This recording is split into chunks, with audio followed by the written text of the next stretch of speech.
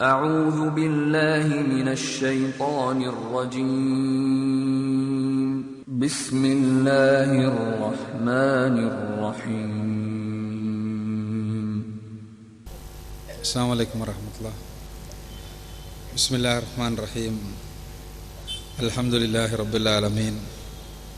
الصلاة والسلام على أشرف المرسلين وعلى آله وأصحابه أجمعين. أما بعد.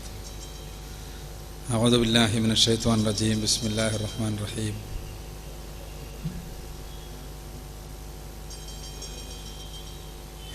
ومن يبتغي غير الإسلام دينا فلن يقبل منه وهو في الآخرة من الخاسرين. സഹോദരങ്ങളെ, മനുഷ്യന് സർവശക്തൻ നൽകിയ മഹത്തായ ഒരു ഔദാര്യമായി, ഒരു വലിയ അനുഗ്രഹമായിട്ടാണ് ആത്മാവിനെ, റൂഹിനെ പരിശുദ്ധ ഖുർആൻ പരിചയപ്പെടുത്തുന്നത്. ആദ്യ മനുഷ്യനെ സവിശേഷമായ സൃഷ്ടി നടത്തിയതിന് ശേഷം ആ ആദ്യ മനുഷ്യനിലേക്ക്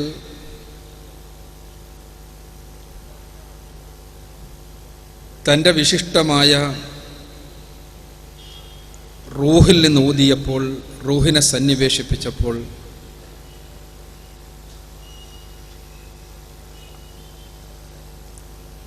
അവൻ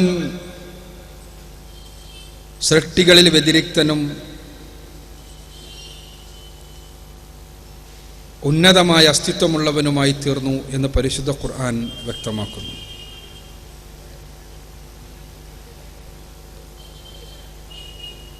മനുഷ്യന്റെ സവിശേഷതകളുടെ മുഴുവനും അടിത്തറ അവൻ്റെ ആത്മാവാണ്. അവന് പുരോഗതിയിലേക്ക് പോകാൻ കഴിയുന്നതും അവൻ അധോഗതിയിലേക്ക് ആപ്പതിക്കുന്നതുമെല്ലാം അവൻ ആത്മാവുള്ളതുകൊണ്ടാണ്.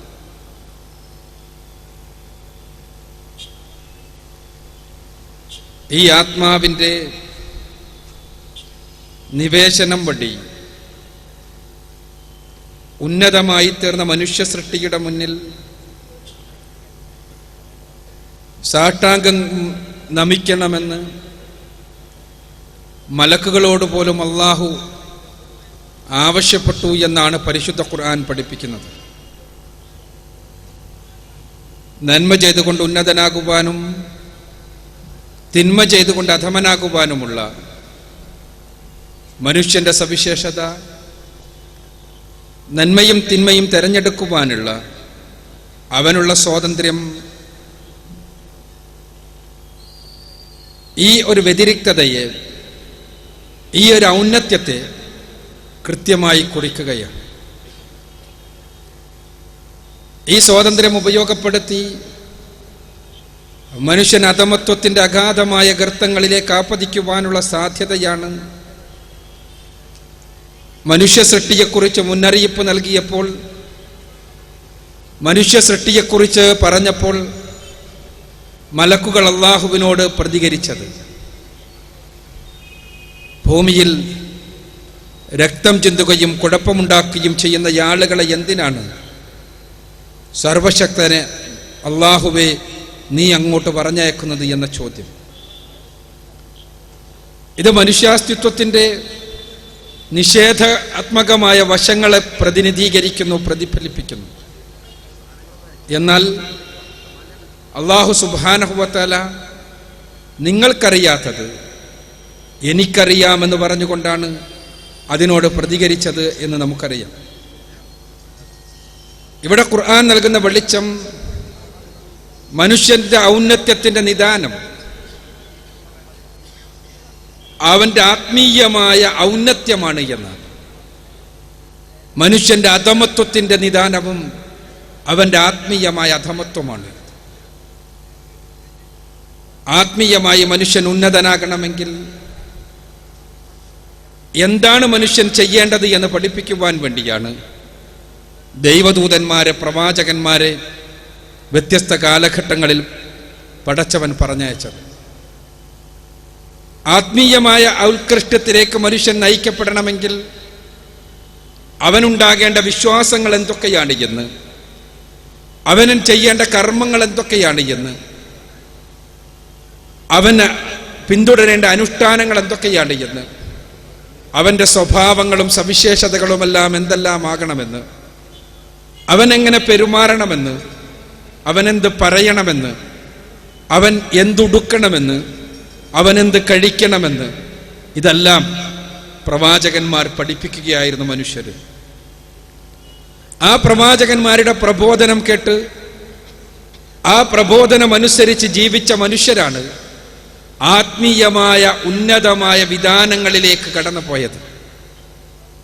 പ്രവാചകന്മാരുടെ പ്രബോധനങ്ങളെ അവഗണിക്കുകയും അവയോട് നിഷേധാത്മകമായ നിലപാട് പുലർത്തുകയും ചെയ്ത ആളുകൾ ആത്മീയമായ അധപ്പതനത്തിലേക്ക് ആപതിക്കുകയും ചെയ്തു.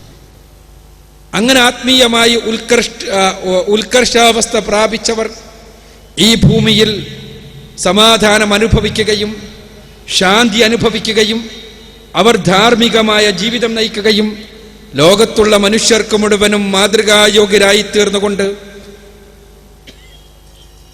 ചരിത്രത്തിൽ തുല്യതയില്ലാത്ത സ്ഥാനം രേഖപ്പെടുത്തുകയും ചെയ്തു. അതോടൊപ്പം തന്നെ സർവശക്തനായ തമ്പുരാന്റെ അനുഗ്രഹങ്ങളുടെ ഭവനമായ സ്വർഗലോകത്തിലേക്ക് അവർക്ക് പ്രവേശം ലഭിക്കുകയും ചെയ്തു.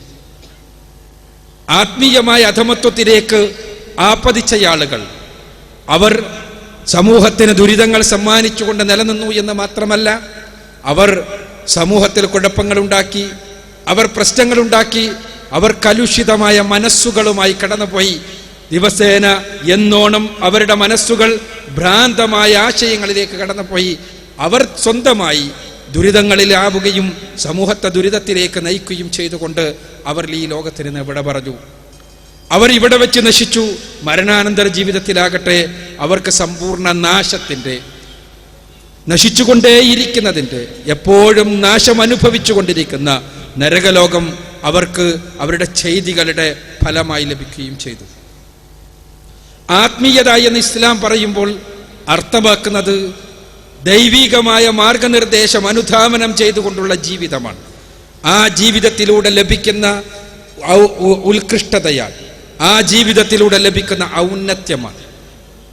ആത്മീയത മനുഷ്യന്റെ സവിശേഷതയായത് കൊണ്ട് തന്നെ മനുഷ്യന് സ്വാഭാവികമായി തന്നെ ദൈവികമായ മാർഗനിർദ്ദേശങ്ങൾ അനിവാര്യമായി തീരുന്ന അവസ്ഥാവിശേഷമുള്ളത് കൊണ്ട് തന്നെ അവന് സമാധാനത്തിന് വേണ്ടി, ശാന്തിക്ക് വേണ്ടി കേണുകൊണ്ടിരിക്കുന്നത് കൊണ്ട് തന്നെ അവന് ഭൗതികമായ വിഭവങ്ങളൊന്നും തന്നെ അവന്റെ അസ്തിത്വം ആവശ്യപ്പെടുന്ന സമാധാന ശാന്തികൾ നൽകുവാൻ പര്യാപ്തമല്ല എന്നതുകൊണ്ട് തന്നെ അവൻ ആവർത്തിച്ചുകൊണ്ട് ആത്മീയമായ ഔത്കൃഷ്ടത്തിനു വേണ്ടി, ആത്മീയമായ ഔന്നത്യത്തിനു വേണ്ടി, സമാധാനത്തിന് വേണ്ടി, ശാന്തിക്കു വേണ്ടി അവൻ ആഗ്രഹിച്ചു കൊണ്ടിരിക്കും.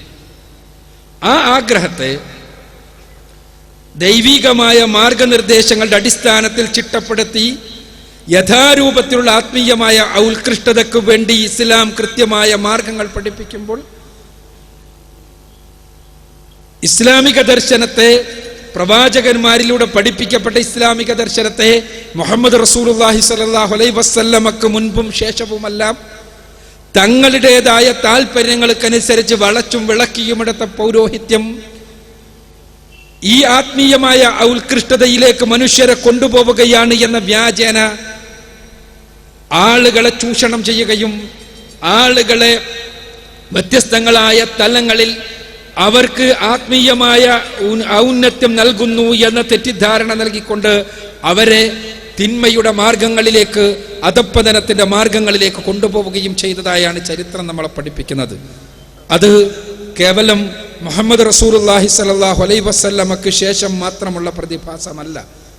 വ്യത്യസ്തങ്ങളായ മതങ്ങളുടെ നിർമ്മാണത്തിന് നിമിത്തമായ കാര്യങ്ങൾ എന്താണ് എന്ന് ചരിത്രത്തിലൂടെ പരിശോധിക്കാൻ നമ്മൾ ശ്രമിച്ചാൽ നമ്മൾ കാണുക, ദൈവികമായ മാർഗനിർദ്ദേശങ്ങൾ പ്രകാരം മനുഷ്യർക്ക് ലഭിക്കേണ്ട ആത്മീയമായ ഉത്കൃഷ്ടത, ആത്മീയമായ ഔന്നത്യം, ആ ഔന്നത്യത്തിലേക്ക് മനുഷ്യരെ കൊണ്ടുപോകുന്ന വെളിപാടുകളുടെ കൃത്യമായ മാർഗദർശനത്തിന് പകരം ആ വെളിപാടുകളിൽ നിന്ന് ആളുകളെ അകറ്റി തങ്ങളുടെ താല്പര്യപ്രകാരം ആളുകളെ നയിക്കുകയും ആ താല്പര്യത്തിനനുസരിച്ച് ആളുകളെ അവരറിയാതെ ചൂഷണം ചെയ്യുകയും ചെയ്തുകൊണ്ടാണ് പൗരോഹിത്യം പ്രവാചകന്മാരുടെ പേരിൽ വ്യത്യസ്തങ്ങളായ മതങ്ങൾക്ക് രൂപം നൽകിയത്. അതുകൊണ്ടാണ് മതങ്ങളുടെ ആശയങ്ങൾ വ്യത്യസ്തമായത്. മതപ്രവാചകന്മാർ മുഴുവനും പഠിപ്പിച്ച ആദർശങ്ങൾ ഒന്നായിരുന്നിട്ടും, പ്രത്യേകിച്ചും സെമിറ്റിക് മതങ്ങളെക്കുറിച്ച് പരിശോധിക്കുമ്പോൾ നമ്മൾ അറിയുക, സെമിറ്റിക് മതങ്ങളായി അറിയപ്പെടുന്ന മതങ്ങളിലെ പ്രവാചകന്മാർ അവരാരാകട്ടെ, അവർ പഠിപ്പിച്ച ആശയങ്ങളുടെ സ്രോതസ് പരിശോധിച്ചാൽ ആ ആശയങ്ങളെല്ലാം ഒന്നാണ് എന്ന് നമുക്ക് മനസ്സിലാക്കാൻ അടിസ്ഥാനപരമായി ഒന്ന് തന്നെയാണ് എന്ന് മനസ്സിലായിട്ടും, ഈ ആശയങ്ങൾ അടിസ്ഥാനപരമായി ഒന്നായിരുന്നിട്ടും മതങ്ങൾ തമ്മിൽ വളരെ വിചിത്രമായ വൈജാത്യങ്ങൾ ഉണ്ടാകുന്നത് ഈ കാരണങ്ങൾ കൊണ്ടാണ്. മനുഷ്യരെ ആത്മീയമായ ഔന്നത്യത്തിലേക്ക് നയിക്കുകയാണ് എന്നുള്ള വ്യാജേന വെളിപാടിൽ നിന്ന്, ദൈവികമായ മാർഗനിർദ്ദേശങ്ങളിൽ നിന്ന് മനുഷ്യരെ തെറ്റിച്ചു കളഞ്ഞ് തങ്ങളുണ്ടാക്കിയ സാധനകളും സിദ്ധികളും തങ്ങളുണ്ടാക്കിയ ജീവിത മാർഗരേഖയുമെല്ലാം ആളുകളുടെ മുന്നിൽ സമർപ്പിക്കുകയും അങ്ങനെ അവരെ വിശ്വാസപരമായും കർമ്മപരമായും സ്വഭാവപരമായുമെല്ലാം വ്യത്യസ്തങ്ങളായ തലങ്ങളിലേക്ക് കൊണ്ടുപോവുകയും ചെയ്തുകൊണ്ടാണ് പൗരോഹിത്യം എക്കാലഘട്ടത്തിലുമുള്ള ആളുകളെ ചൂഷണം ചെയ്തു പോന്നിട്ടുള്ളത്. അങ്ങനെയുള്ള ചൂഷണത്തിന്റെ തുടർച്ചയാണ് എന്നും നടന്നു പോരുന്നത് എന്നുള്ളതാണ് വാസ്തവം.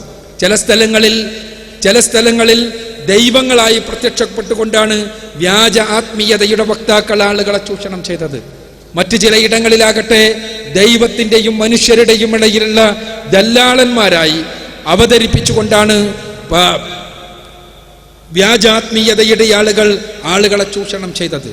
വ്യാജാത്മീയത എന്ന് പറയുമ്പോൾ നമ്മൾ മനസ്സിലാക്കേണ്ടത്, മനുഷ്യരെ ദൈവികമായ മാർഗനിർദ്ദേശങ്ങൾ പ്രകാരം നയിച്ചുകൊണ്ട് മനുഷ്യന്റെ എല്ലാ അർത്ഥത്തിലുമുള്ള വിമോചനത്തിനും വിശുദ്ധിക്കും നിമിത്തമാക്കുന്ന പ്രവർത്തനങ്ങളും കർമ്മമാർഗവും ആരാണോ ലോകത്തിന്റെ മുന്നിൽ വെക്കുന്നത്, അത് മാത്രമാണ് യഥാർത്ഥത്തിലുള്ള ആത്മീയത എന്ന്. അതല്ലാതെ ദൈവികമായ മാർഗനിർദ്ദേശങ്ങൾക്കപ്പുറത്തും ഇപ്പുറത്തും നിന്നുകൊണ്ട് തങ്ങളുടേതായ സാധനകളും അനുഭവങ്ങളുടെ അകമ്പടിയും കൊണ്ട് തങ്ങൾ അവതരിപ്പിക്കുന്ന കാര്യങ്ങൾ അതാണ് മനുഷ്യരെ നന്മയിലേക്ക്, അതല്ലെങ്കിൽ മനുഷ്യരെ ശാന്തിയിലേക്ക്, സമാധാനത്തിലേക്ക് നയിക്കുക എന്ന വ്യാജേന ആളുകളെ കൊണ്ടുപോകുന്നത് എന്തൊക്കെയുണ്ടോ അതെല്ലാം വ്യാജ ആത്മീയതയാണ്, അതെല്ലാം കപട ആത്മീയതയാണ്, അതെല്ലാം മനുഷ്യരെ തിന്മകളിൽ നിന്ന് തിന്മകളിലേക്ക് കൊണ്ടുപോകുന്ന, അധർമ്മങ്ങളിൽ നിന്ന് അധർമ്മങ്ങളിലേക്ക് കൊണ്ടുപോകുന്ന ആത്മീയതയുടെ പുറമോടി മാത്രമുള്ള തികഞ്ഞ ഭൗതികതയാണ് എന്നുള്ളതാണ് വാസ്തവം. ഇന്നലകളിലും ഇന്നും ആവർത്തിക്കപ്പെട്ടുകൊണ്ടിരിക്കുന്നത് അതാണ്.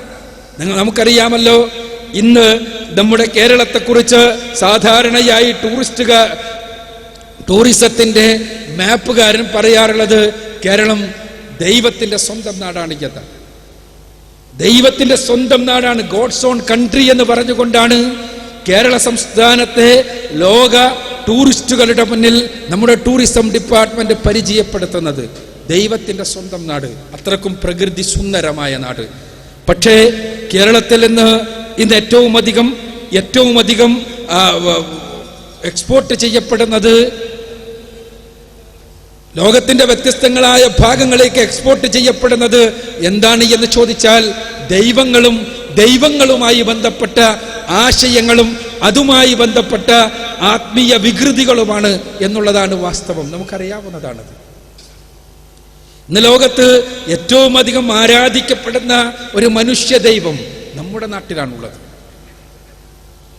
ജീവിച്ചിരിക്കുന്ന മനുഷ്യ ദൈവം നമ്മുടെ നാട്ടിലാണുള്ളത്, നമ്മുടെ കേരളത്തിലാണുള്ളത്. നാം ചിന്തിക്കണം, പുരോഗമനത്തിന്റെ മൊത്ത കുത്തക ഏറ്റെടുത്തുകൊണ്ട് തെരുവുകളിലേക്ക് കയറി വന്ന് മുസ്ലിം പെണ്ണിന്റെ വിവാഹപ്രായപാട് ലോകത്തിലെ ഏറ്റവും വലിയ പ്രശ്നമെന്ന് നടിച്ച് പരിചയപ്പെടുത്താൻ വേണ്ടി പരിശ്രമിക്കുന്ന പുരോഗമന ബുദ്ധിജീവികളുണ്ടല്ലോ. ഇന്ന് ആ മനുഷ്യ ദൈവത്തിന്റെ ആളുകൾ സ്ത്രീ ശാക്തീകരണം എന്ന് പറഞ്ഞാൽ ലോകത്തിന്റെ മുന്നിൽ സ്ത്രീ ശാക്തീകരണത്തിന്റെ ഏറ്റവും വലിയ മോഡൽ ഈ ആൾ ദൈവമാണ് എന്ന രൂപത്തിലുള്ള പ്രചാരണങ്ങൾക്ക് വേണ്ടി അന്താരാഷ്ട്ര തലത്തിൽ കോടിക്കണക്കിന് ഡോളറുകൾ ചെലവഴിച്ചുകൊണ്ട് പ്രചരണ മാധ്യമങ്ങൾ ഉപയോഗിച്ച് അതിനുവേണ്ടി ആളുകളെ മസ്തിഷ്ക പ്രക്ഷാളനം നടത്തിയപ്പോൾ ഇത്തരം ആളുകൾക്കൊന്നും തന്നെ ഒന്നും പറയാനുണ്ടായിരുന്നില്ല എന്നുള്ളത് വസ്തുതയാണ്. ആരെങ്കിലും എന്തെങ്കിലും കേട്ടോ? ആരും കേട്ടില്ല.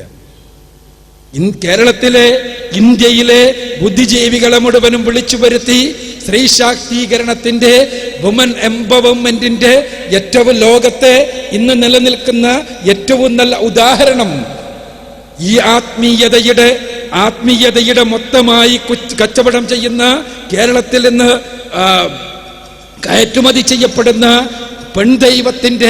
പെൺദൈവത്തിന്റെ മടിത്തട്ടിലാണ് എന്ന രൂപത്തിലുള്ള പ്രചാരണം നടന്നപ്പോ അതിനുവേണ്ടി കോടികൾ കേരളത്തിൽ എന്നല്ല ലോകത്ത് മുഴുവനും മീഡിയകളിലൂടെ ഒടുക്കപ്പെട്ടപ്പോ നമ്മുടെ റെയിൽവേ സ്റ്റേഷനുകളിലടക്കം ഓരോ തീവണ്ടി വരുന്നതിന്റെ അറിയിപ്പിനോടുമൊപ്പം അത് ആവർത്തിച്ച് പറഞ്ഞപ്പോ ഇവിടുത്തെ ബുദ്ധിജീവികൾക്കൊന്നും പുരോഗമനവാദികൾക്കൊന്നും പെൺപക്ഷവാദികൾക്കൊന്നും പെണ്ണിന്റെ എംപവർമെന്റിനു വേണ്ടി സംസാരിക്കുന്നവരാണ് എന്ന് പറഞ്ഞുകൊണ്ട് നിലവിളിക്കുന്നവർക്കൊന്നും തന്നെ അക്ഷരമുണ്ടായില്ല, വാക്കുകളുണ്ടായില്ല, നാവുണ്ടായില്ല, ഒരു ചെറുനാവ് പോലും ഉണ്ടായില്ല എന്നത് സത്യം. ഇതാണ് ആത്മീയത, കപട ആത്മീയത എങ്ങനെ ഭൗതികവാദികളെ പോലും വിലക്കെടുക്കുന്നു എന്നതിൻ്റെ ജീവിക്കുന്ന ഉദാഹരണം. നമ്മൾ ആലോചിക്കുക, ഈ ഉദാഹരണങ്ങളാണ് നമ്മുടെ ചുറ്റുപാടും നമ്മൾ കണ്ടുകൊണ്ടിരിക്കുന്നത്. ഇവിടെ ആത്മീയത, കപട ആത്മീയ കേന്ദ്രങ്ങളെ കുറിച്ച് ഫീച്ചറുകൾ എഴുതിയ ചില പത്രങ്ങളുണ്ട്. തീർച്ചയായും ശുഭോദർക്കമാണ്, നല്ല കാര്യമാണ്. കപട ആത്മീയതയെക്കുറിച്ച്, കപട ആത്മീയ കേന്ദ്രങ്ങളെ കുറിച്ച് സാധാരണക്കാരായ ആളുകളെ വിവരമറിയിക്കുക എന്ന വലിയ ദൗത്യം നിർവഹിക്കുക എന്നത് മാധ്യമധർമ്മമാകണം. മാധ്യമങ്ങൾ ആ രംഗത്ത് മുന്നോട്ട് വരുന്നുവെങ്കിൽ അത് തീർച്ചയായും ശുഭോദർക്കമായ കാര്യമാണ്. പക്ഷേ ആ കപട ആത്മീയതയുടെ കേന്ദ്രങ്ങളെക്കുറിച്ചുള്ള വിശദമായ ഫീച്ചറുകളിലെവിടെയും കേരളത്തിൽ ഇന്ന് വ്യാപകമായി നടന്നു വരുന്ന ആത്മീയ ഭ്രാന്തിനെ കുറിച്ച് എവിടെയും സംസാരിച്ച് കണ്ടില്ല. എന്താണ് ആത്മീയ ഭ്രാന്ത്? നിങ്ങൾക്ക് എവിടെയും നോക്കിയാൽ കാണാൻ കഴിയുന്ന ഇത് പോസ്റ്ററുകളില്ലേ? എന്താ പോസ്റ്ററുകളിൽ ഉള്ളത്? ആത്മീയ പ്രഭാഷണങ്ങളുടെ പേരിലുള്ള പോസ്റ്ററുകൾ, ആത്മീയ പ്രഭാഷണങ്ങളുടെ പേരിലുള്ള രോഗശാന്തി ശുശ്രൂഷയുടെ പേരിലുള്ള പോസ്റ്ററുകൾ പതിക്കപ്പെട്ടെന്നത് അത് വ്യാപകമായി തീരുമ്പോ എന്താണ് അത്തരം രോഗശാന്തി ശുശ്രൂഷ കേന്ദ്രങ്ങളിൽ അല്ലെങ്കിൽ രോഗശാന്തി ശുശ്രൂഷ പരിപാടികളിൽ നടക്കുന്നത് എന്ന് നമ്മൾ അറിയുമ്പോൾ മാത്രമാണ് യഥാർത്ഥത്തിലുള്ള വ്യാജ ആത്മീയത ഏത് രൂപത്തിലാണ് നമ്മുടെ സമൂഹത്തിൽ വളരെ സമർത്ഥമായി വിലസിക്കൊണ്ടിരിക്കുന്നത് എന്ന് നമുക്ക് മനസ്സിലാവുകയുള്ളൂ. ഈ ആത്മീയ പ്രഭാഷകന്മാർ, ഈ ആത്മീയവാദികൾ, അതല്ലെങ്കിൽ ഈ രോഗശാന്തി ശുശ്രൂഷകന്മാർ ലോകത്തുള്ള രോഗികളെ മുഴുവനും സ്റ്റേജിലേക്ക് വിളിച്ചു വരുത്തി അവരുടെ ശരീരത്തിൽ കുടികൊണ്ട പിശാചുക്കളുടെ എണ്ണം പറഞ്ഞ് ആ പിശാചുകളെ പുറത്താക്കാൻ യേശുവിനെ ഈ സദസ്സുകളിലേക്ക് ഇറക്കിക്കൊണ്ടുവരുന്ന വിദ്യ അവതരിപ്പിച്ച് ആ വിദ്യക്ക് മുന്നിൽ കണ്ടു തള്ളി നിൽക്കുന്ന ഹിസ്റ്റീരിയക്കാരന്റെ ആട്ടം കണ്ട് അത് യേശുവിന്റെ വരവ് കൊണ്ടാണ് ഹിസ്റ്റീരിയക്കാരൻ ആടുന്നത് എന്ന് ധരിച്ചു വശാകുന്ന വിശ്വാസികളെ ചൂഷണം ചെയ്ത് കൊടുത്തുകൊണ്ടിരിക്കുന്ന കേരളത്തിലെ ആത്മീയ കേന്ദ്രങ്ങളെ കുറിച്ചൊന്നും തന്നെ നമ്മുടെ പത്രത്തിന് ആ വ്യാജാത്മീയതയെ കുറിച്ചുള്ള ഫീച്ചറുകളിൽ എവിടെയെങ്കിലും എഴുതാൻ ധൈര്യമുണ്ടായില്ല എന്നത് സത്യം. അല്ല, തുക്കട ആത്മീയതകളെ കുറിച്ച്, കാര്യമായ കോർപ്പറേറ്റ് പിൻബലമില്ലാത്ത ആത്മീയതയെ കുറിച്ച് ഏതെങ്കിലും സാധാരണ പ്രദേശത്തുകാരൻ ഏതെങ്കിലും നാൽക്കവലയിൽ വെച്ച് അയാൾക്കുണ്ടായി എന്ന് അയാൾ തന്നെ വിചാരിക്കുന്ന വെളിപാടുകളുടെ അടിസ്ഥാനത്തിൽ അയാൾ ചെയ്ത ചെറിയ ചെറിയ ആത്മീയ കേന്ദ്രങ്ങളെ കുറിച്ച് എല്ലാം വിവരം നൽകി ആളുകളുടെ മുന്നിൽ തങ്ങളും ഇവിടെ തന്നെ എന്ന് വരുത്തി തീർക്കാനുള്ള ശ്രമമല്ലാതെ മറ്റൊന്നും നടത്തി കണ്ടിട്ടില്ല. ഇങ്ങനെയാണ് നമ്മുടെ മാധ്യമ ലോകവും ബുദ്ധിജീവി ലോകവുമെല്ലാം സ്ഥിതി ചെയ്യുന്ന ഒരു തലം. അവിടേക്കാണ് ഇസ്ലാമിന്റെ പേരിൽ ഒരു പുതിയ പ്രോഡക്റ്റുമായി ചില ആളുകൾ കടന്നു വരുന്നത്. ഇസ്ലാമിന് പരിചയമില്ലാത്തൊരു പ്രോഡക്റ്റ്. ഇസ്ലാം കഴിഞ്ഞ 14 നൂറ്റാണ്ട് കാലമായി ലോകത്തിന്റെ മുന്നിൽ അതിന്റെ ആദർശത്തിന്റെ അജയ്യത കൊണ്ട് പിടിച്ചു നിൽക്കുകയും മനുഷ്യ മനസ്സുകളിൽ നിന്ന് മനസ്സുകളിലേക്ക് ഈ ആദർശത്തിന്റെ ഔന്നത്യം കൊണ്ട് പരന്നുകൊണ്ടിരിക്കുകയും ചെയ്യുന്ന ആദർശമാണ് എന്നുള്ള വസ്തുത എല്ലാവർക്കും അറിയാം. ലോകത്ത് ഇന്ന് ഏറ്റവും അധികം വളർന്നുകൊണ്ടിരിക്കുന്ന മതം ഒരു ആദർശം എന്നുള്ള നിലയ്ക്ക് ഇസ്ലാമിക ആദർശമാണ് എന്നുള്ള സത്യം എല്ലാവർക്കും അറിയാവുന്ന യാഥാർത്ഥ്യമാണ്. എന്നുമല്ല, ആ വളർച്ചയുടെ കാര്യമാകട്ടെ അതിന് തൊട്ടു പിന്നിൽ നിൽക്കുന്ന മത ദർശനങ്ങളുമായി ബന്ധപ്പെടുമ്പോൾ എത്രയോ ഇരട്ടിയാണ് എന്നുള്ളതും വസ്തുതയാണ്. എങ്ങനെയാണ് ഇന്നും ഇന്നലെയും ഇസ്ലാം വളർന്നത് എന്ന ചോദ്യത്തിന് ആ ഇന്നും ഇന്നലകളിലുമെല്ലാം ഇസ്ലാം വളർന്നത് ഏതെങ്കിലും കുപ്പികളിലെ വെള്ളം കൊണ്ടല്ല എന്നുള്ള വസ്തുത എല്ലാവർക്കും അറിയാവുന്ന സത്യമാണ്. ഇസ്ലാമിന് പരിചയമില്ലാത്ത പുതിയൊരു മാർക്കറ്റിംഗ്, അതും കോർപ്പറേറ്റ് രീതിയിൽ മാർക്കറ്റ് ചെയ്യപ്പെടുകയാണ്. എങ്ങനെയാണ് കോർപ്പറേറ്റ് മാർക്കറ്റിംഗ്? വളരെ സമർത്ഥമായി. ഞാൻ നേരത്തെ പറഞ്ഞതുപോലെ നമ്മൾ വിചാരിക്കുന്നത് പോലെ ഏതെങ്കിലും ഒരു പുരോഹിതന്റെ തലച്ചോറിൽ ഉദയം കൊള്ളുകയും ആ അദ്ദേഹത്തിന്റെ സാമ്പത്തികമായ ലാഭത്തിന് വേണ്ടി മാത്രമായി ഉണ്ടാക്കപ്പെടുകയും ചെയ്ത ഒരു പദ്ധതിയായി ഇത്തരം ആശയങ്ങളെ മനസ്സിലാക്കുന്നത് ശരിയായിരിക്കില്ല എന്നാണ് ഞാൻ വിശ്വസിക്കുന്നത്. ഇവിടെ മുസ്ലിങ്ങള് ഇത്തരം വ്യാജ ആത്മീയതകൾക്കെതിരെയെല്ലാം ഇവിടെ ഞാൻ സൂചിപ്പിച്ചതുപോലെ വളർന്നു വന്നുകൊണ്ടിരിക്കുന്ന ദൈവ സംസ്കാരമാണെങ്കിലും അതല്ലെങ്കിൽ ചികിത്സാ പദ്ധതികളുടെ പേരിൽ നടന്നുകൊണ്ടിരിക്കുന്ന ഭ്രാന്തമായ രോഗശാന്തി ശുശ്രൂഷയാണെങ്കിലും അതുമല്ലെങ്കിൽ പുതിയ കാലഘട്ടത്തിലെ മാനസികമായ സംഘർഷത്തെ ലഘൂകരിക്കുന്നതിന് വേണ്ടിയുള്ള ആത്മീയമായ ക്യാപ്സൂൾ രൂപത്തിലുള്ള ആത്മീയ ചികിത്സ എന്ന രൂപത്തിൽ പ്രത്യക്ഷപ്പെടുന്ന ജീവന കല വ്യായാമങ്ങളാണെങ്കിലുമെല്ലാം അവിടെയെല്ലാം വലിയ കോർപ്പറേറ്റ് ആത്മീയതകളാണ് സ്ഥിതി ചെയ്യുന്നത്. അവക്കെല്ലാം പിന്നിലുള്ളത് വലിയ വലിയ ബുദ്ധിജീവികളാണ്. അവയെല്ലാം മാർക്കറ്റ് ചെയ്യപ്പെടുന്നത് വളരെ സമർത്ഥമായിട്ടാണ്. ആ മാർക്കറ്റിംഗ് ഒന്നും തന്നെ മുസ്ലിം സമുദായത്തിനകത്തേക്ക് കടന്നു പോകുന്നില്ല എന്നുള്ളതൊരു സത്യമാണ്. എന്തുകൊണ്ടെന്നാൽ മുസ്ലിം സമുദായം അവിടെയെല്ലാം തന്നെ കൃത്യമായ അതിർവരമ്പുകൾ വരച്ചുകൊണ്ട് ലാ ഇലാഹ ഇല്ലല്ലാഹയുടെ കൃത്യമായ വ്യക്തമായ ആദർശപരമായ പരിചയം ഉപയോഗപ്പെടുത്തി ഇത്തരം കപട വ്യാജ ആത്മീയതകളുടെ ആളുകളുടെ എല്ലാം മുന്നിൽ പ്രതിരോധമായി നിലകൊള്ളുന്നു എന്നുള്ളതൊരു യാഥാർത്ഥ്യമാണ്. ഇവിടെ സൂചിപ്പിക്കപ്പെട്ടതുപോലെ മുസ്ലിങ്ങളിൽ തന്നെ പെട്ട ചില ആളുകളെ, ചില മീനുകളെ, ചില പരൽമീനുകളെ ഇത്തരം ആളുകൾക്ക് ലഭിച്ചിട്ടുണ്ടെങ്കിലും ഒരു സമുദായം എന്നുള്ള നിലക്ക് ഈ സമുദായത്തിന് എന്ത് കുറവുണ്ടെങ്കിലും ഇത്തരം വ്യാജ ആത്മീയതയുടെ വക്താക്കൾക്ക് 2 ശ്വാസം ഉള്ളിലേക്ക് അയച്ചാൽ 3 ശ്വാസം പുറത്തേക്ക് വിട്ടാൽ ലോകത്ത് ശാന്തി വരുമെന്നുള്ള ആശയത്തിന്റെ പിന്നിൽ ക്യൂ നിൽക്കുവാൻ മുസ്ലിങ്ങളെ ഏറെയൊന്നും കിട്ടിയിട്ടില്ല. അതേപോലെ തന്നെ ദൈവങ്ങളുടെ പിന്നിലേക്ക് കെട്ടിപ്പിടിക്കാൻ വേണ്ടി ക്യൂ നിൽക്കുന്ന ആളുകൾക്കിടയിലേക്കും മുസ്ലിങ്ങളെ ഏറെയൊന്നും കിട്ടിയിട്ടില്ല. അവിടെയാണ് മുസ്ലിം സമുദായത്തിനകത്തേക്ക് ഇത്തരത്തിലുള്ള ആത്മീയ ഭ്രാന്തുകളെ കയറ്റിവിടുവാൻ കോർപ്പറേറ്റ് തന്ത്രങ്ങളുമായി കടന്നു വരുന്നത്. എന്താണ് പുതിയ തന്ത്രങ്ങൾ? ആ തന്ത്രങ്ങൾ നമ്മൾ അറിയേണ്ടതുണ്ട്. കേരളത്തിന്റെ മുഖ്യമന്ത്രിക്ക് പോലും അത്തരം തന്ത്രങ്ങളുടെ മുന്നിൽ സാഷ്ടാംഗം നമിക്കേണ്ടി വരുന്ന അവസ്ഥാവിശേഷം ഉണ്ടാവുക എന്ന് പറഞ്ഞാൽ അദ്ദേഹത്തെ മനസ്സിലാക്കിയവരെ സംബന്ധിച്ചിടത്തോളം നാണക്കേടിന്റെ ഏറ്റവും വ്യക്തമായ വ്യക്തമായ നിദർശനമായി തീർന്ന ജീവിതത്തിലെ എത്ര നാണം കെട്ടൊരു അനുഭവം നമ്മുടെ മുഖ്യമന്ത്രിക്കുണ്ടാവില്ല എന്ന് തന്നെയാണ് ഞാൻ വിചാരിക്കുന്നത്. മറ്റാർക്കും കഴിയാത്ത, സർക്കാരിന് പോലും കഴിയാത്ത കാര്യമായി ഏതോ ഒരു മനുഷ്യന്റെ കേവല കപട ആത്മീയതയുടെ കേന്ദ്രത്തിന് ചുറ്റും ഉയർന്നു വരുന്ന കെട്ടിട സമുച്ചയത്തെക്കുറിച്ച് പറയേണ്ടി വരുന്ന ഗതികേട് ഒരു മുഖ്യമന്ത്രിക്കുണ്ടാകാൻ പാടില്ലാത്തതായിരുന്നു. പക്ഷേ അതടക്കം നമ്മൾ കാണേണ്ടി വന്നതാണ്. ഞാൻ സൂചിപ്പിക്കുന്നത്, ഇങ്ങനെയുള്ള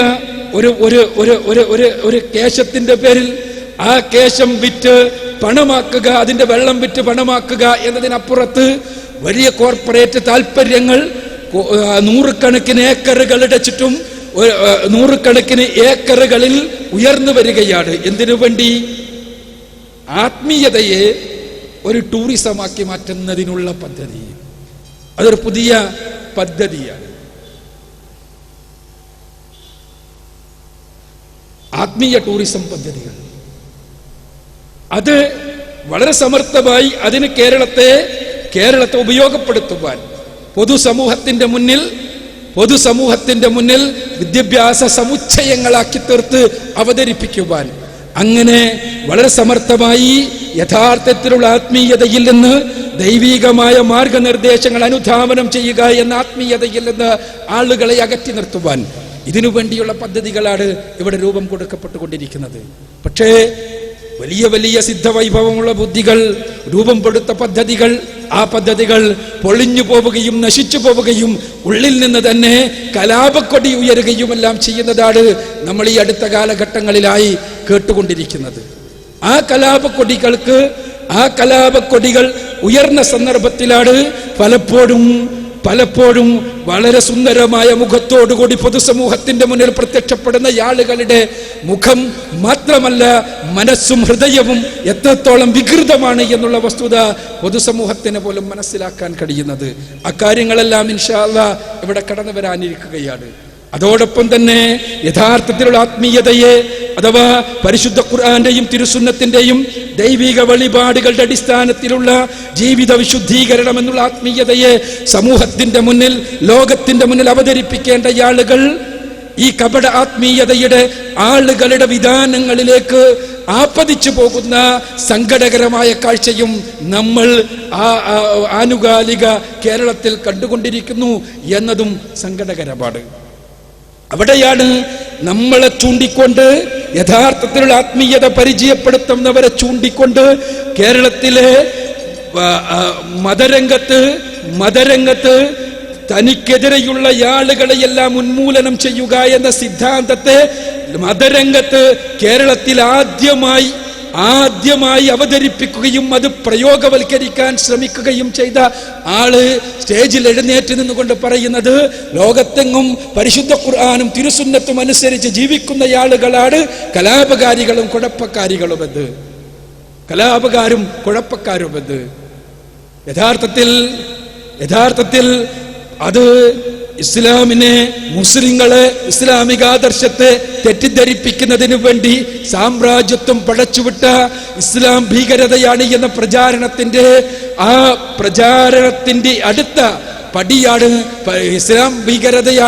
ഇസ്ലാം ഭീകരതയാണ് എന്ന് പറയുമ്പോൾ എല്ലാ മുസ്ലിങ്ങളുമല്ല കുഴപ്പക്കാർ. ഖുർആനും സുന്നത്തും സഹാബിമാരും താബികളും പറഞ്ഞത് എങ്ങനെ മനസ്സിലാക്കിയോ അങ്ങനെ തന്നെ മനസ്സിലാക്കി അനുഷ്ഠിക്കുന്ന ആളുകൾ മാത്രമാണ് കുഴപ്പക്കാരും ഭീകരന്മാരും. അവരാണ് യഥാർത്ഥത്തിൽ എല്ലാ കലാപങ്ങൾക്കും പ്രശ്നങ്ങൾക്കും ഉത്തരവാദികളും എന്ന് വരുത്തി തീർക്കുവാൻ വേണ്ടിയുള്ള ശ്രമം. ആ ശ്രമം CIA-യുടെയും പെന്റഗണിന്റെയും അവരുടെ ഉന്നതമായ മീഡിയ വിദഗ്ധന്മാരുടെയും നാവുകളിലൂടെ ലോകം കേൾക്കുമ്പോൾ അതിന്റെ തനിയാവർത്തനമാണ് ഇവിടെയും ചില പുരോഹിതന്മാർ ആവർത്തിച്ചു കൊണ്ടിരിക്കുന്നത്. ഇത് ഞാൻ സൂചിപ്പിച്ചതുപോലെ നമ്മുടെ കേരളക്കരക്ക് പോലും പരിചയമുള്ളതാണ്. തനിക്കെതിരെയുള്ള ആളുകളെ ഉന്മൂലനം ചെയ്യുക എന്ന സിദ്ധാന്തം അതിവിടെ ആകെ നക്സലൈറ്റുകാർ മാത്രമേ പ്രയോഗവൽക്കരിച്ചിട്ടുള്ളൂ.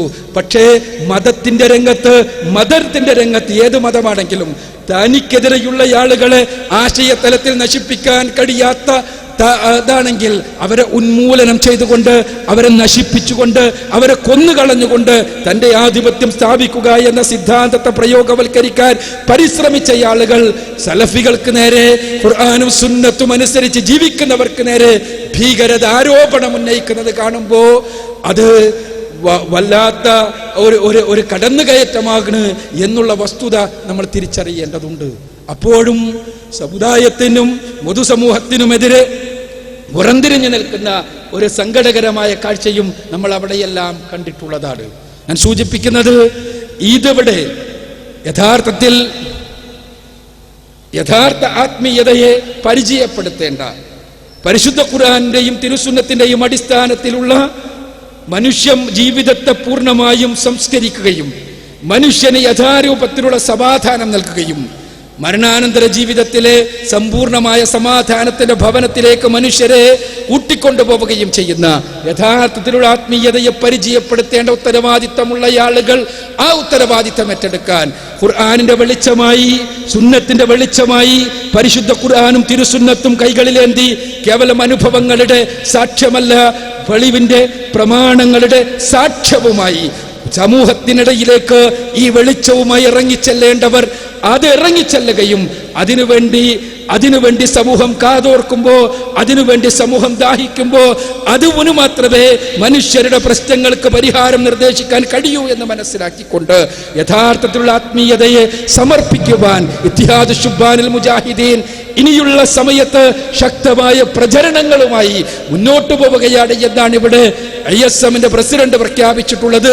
ആ പ്രചരണങ്ങൾ കേരളത്തിലെ സകല കപട ആത്മീയതകളുടെയും വക്താക്കളുടെ അടിത്തറ ഇളക്കുകയും യഥാത്മീയതകൾക്ക്, കപട ആത്മീയതകൾക്ക് തങ്ങളുടെ ഐഡിയോളജി പണയം വെച്ച ഇവിടെയുള്ള ബുദ്ധിജീവി നാട്യത്തോടുകൂടി നടക്കുന്ന സകല ആളുകളുടെയും മാധ്യമ തമ്പുരാക്കന്മാരുടെയും ഹൃദയങ്ങൾ വിറപ്പിക്കുകയും ചെയ്ത് ഈ ആദർശ പ്രസ്ഥാനം മുന്നിലേക്ക് പോവുക തന്നെ വേണം. അതിൽ സർവശക്തൻ അനുഗ്രഹിക്കട്ടെ എന്ന് പ്രാർത്ഥിച്ചുകൊണ്ട് ഞാൻ എൻ്റെ വാക്കുകൾ ഉപസംഹരിക്കുന്നു. വാഹൃദവാൻ അൽഹംദുലില്ലാഹി റബ്ബിൽ ആലമീൻ. അസ്സലാമു അലൈക്കും.